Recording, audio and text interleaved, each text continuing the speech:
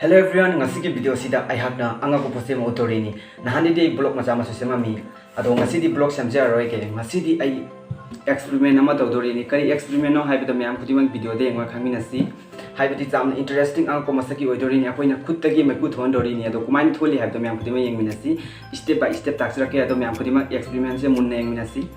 do ngasi ki video se nungai doi ni do haurasi myam ko let's go.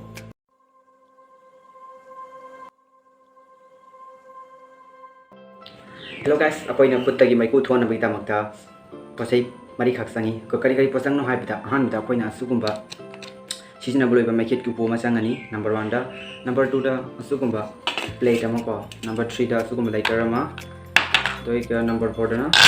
asugumba kati ama atau kumaina myam semi haib do step by step taksra ke ado video se horasi let's start asugumba aku ini season boleh bermaket ki upu se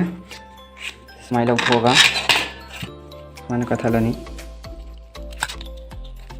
adobu mayam akhoi se market ki upuse akang goi tai ko kadi kino haidi masi akoi kona mai thadori na duna akang goi tai abdi akoi na kari gumba khara choli tawboi di yaro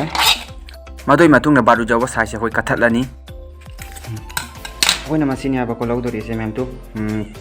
masi se baru jaw base masi baru jaw sin lawdori se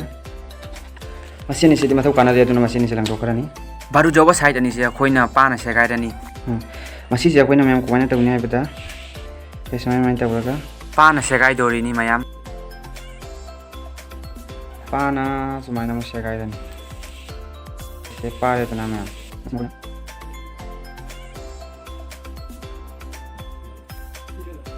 Masih saya semai texture lah ni. Masih saya.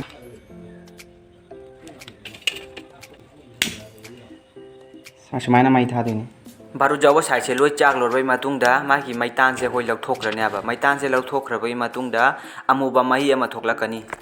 madogi matung da khoina khutta gi mai ku thona bai tamda khuche siang na hamdok bai mathok tai ba humang pahan ba yade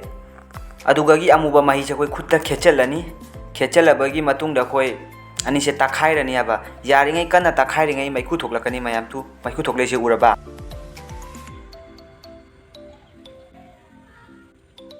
ro mai ku thoi jaringai kana taingi mai khuse ai jam thoklakani mayam adu bu khutta kari mata phan baya de se to dring mamang da ko to siang na ham to bi mathok tai ba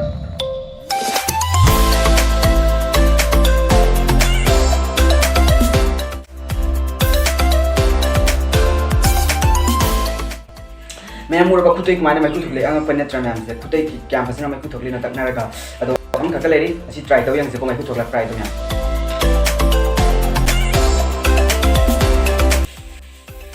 tu mai ku thoi se ura mayam tu mai ku asi se mayam kana takna ringe hai kana takna ringe mai ku jam na thoi ang pani mayam tu wi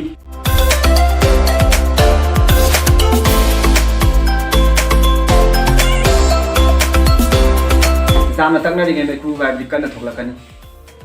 mayam tu khambiram ni kutai pai mai ku tholi hai ba mayam adu bu kutai mai ku thon matam da ko mayam nangi na ku to siang ham do ga de humang ga pa adi ya di mai ku to thokla oi ha ba ko ama kana nang na thaduri ba mai ket ki upu mu do adu kang hantai